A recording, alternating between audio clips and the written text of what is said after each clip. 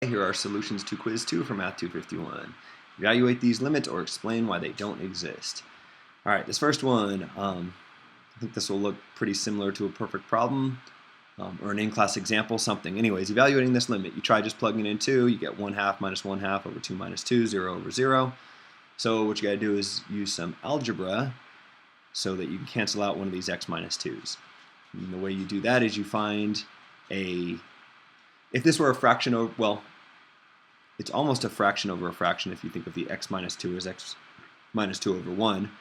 But here we have a difference of two fractions divided by a fraction. Really, I should be saying rational expressions here. So what you got to do is change this into one fraction. In other words, find a common denominator up top here.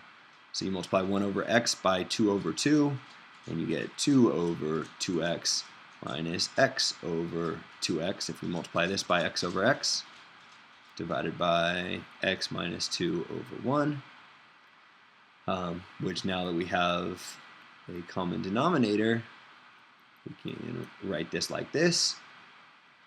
And the way you divide fractions is like multiplying fractions. So this is an x minus 2 right here, except you multiply by the reciprocal of the denominator. And I'm going to look ahead. I don't want a 2 minus x up here. I want to be able to cancel out this x minus 2. So what I'm going to do is I'm going to pull out a negative 1 from the 2 minus x and write that as negative x minus 2 divided by 2x times 1 over x minus 2. So instead of dividing, I'm multiplying by the reciprocal, and instead of 2 minus x, I'm writing negative x minus 2.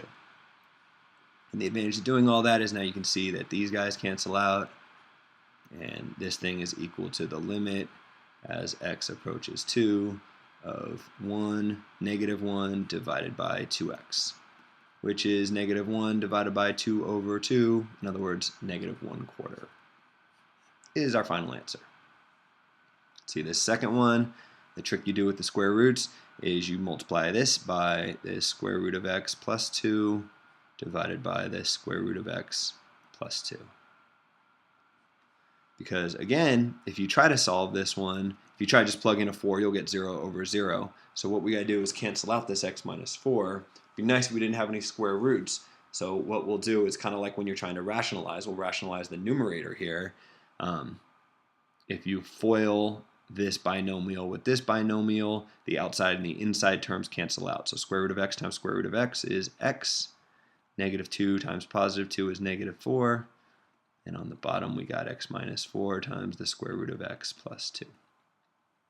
So really all we did was rationalize the numerator, but what's nice about doing that is now we have an x minus 4 on the top and the bottom that we can cancel out. So this is equal to the limit as x approaches 4 of 1 divided by the square root of x plus 2, which we can now just plug in a 4 and get 1 over the square root of 4 plus 2, which is 1 over 2 plus 2, which is 1 over 4. Just coincidence, I didn't mean for those to be the same.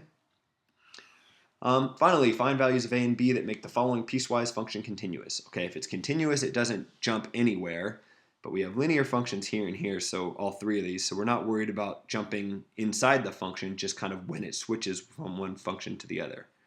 So where we'll be concerned with is when x equals 2 and when x equals 3.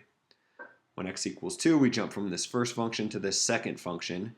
This first function has a height of 2a plus 2, because if x is 2, it's a times 2 plus 2. And this second function, which has to be equal to this function when x equals 2 for it to be continuous, has a height of 2 times 2 plus b. In other words, 4 plus b. And if we do similar logic over here when x equals 3, this function right here has a height of 6 plus b, and this function down here has a height of 3a plus 1. So what we have are two equations with two unknowns, two variables, so we can solve it. I don't know, easiest way, maybe solve this one for b. So subtract 4 from both sides and get b is 2a minus 2. And so over here we have b is equal to 3a minus 5 if you subtract 6 from both sides. So putting those together, we got 2a minus 2 is 3a minus 5. Add 5 to both sides, subtract 2a from both sides, and you get a equals 3. And once you know that a equals 3, we can plug that into one of these equations up here. B is equal to 3 times A minus 5, which is 9 minus 5, which is 4. So what we get for our final answer is A equals 3 and B equals 4. And that's the end of the second problem and the end of the quiz.